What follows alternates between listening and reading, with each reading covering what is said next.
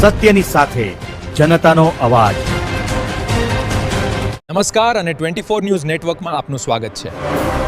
ગુજરાતના સૌથી મોટા સમાચાર આજની બ્રેકિંગ ન્યૂઝ છે। સાંતલપુર જીબીની ઘોર બેદરકારીથી લોકો પરેશાન। 2 દિવસના વરસાદમાં વીજ વ્યવસ્થા ભાંગી પડી। સાંતલપુર તાલુકામાં છેલ્લા 2 દિવસથી સતત વરસી રહેલા વરસાદ દરમિયાન જીબીની બેદરકારી સામે આવી છે। વારંવાર વીજ પુરવઠો ખોરવાતા હજારો લોકો ભારે હાલાકી ભોગવી રહ્યા છે। વીજળીના તાંતિયાથી ઘરેલું કામકાજ, વેપાર ધંધા અને વિદ્યાર્થીઓના અભ્યાસ પર પણ ગંભીર અસર પડી રહી છે।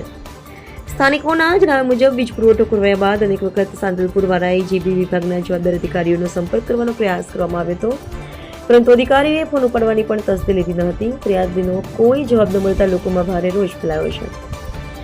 ગ્રામજનોએ આક્ષેપ કર્યો છે કે વરસાદ શરૂ થતાં જ જીબીની કામગીરીની પોલ ખુલી ગઈ છે।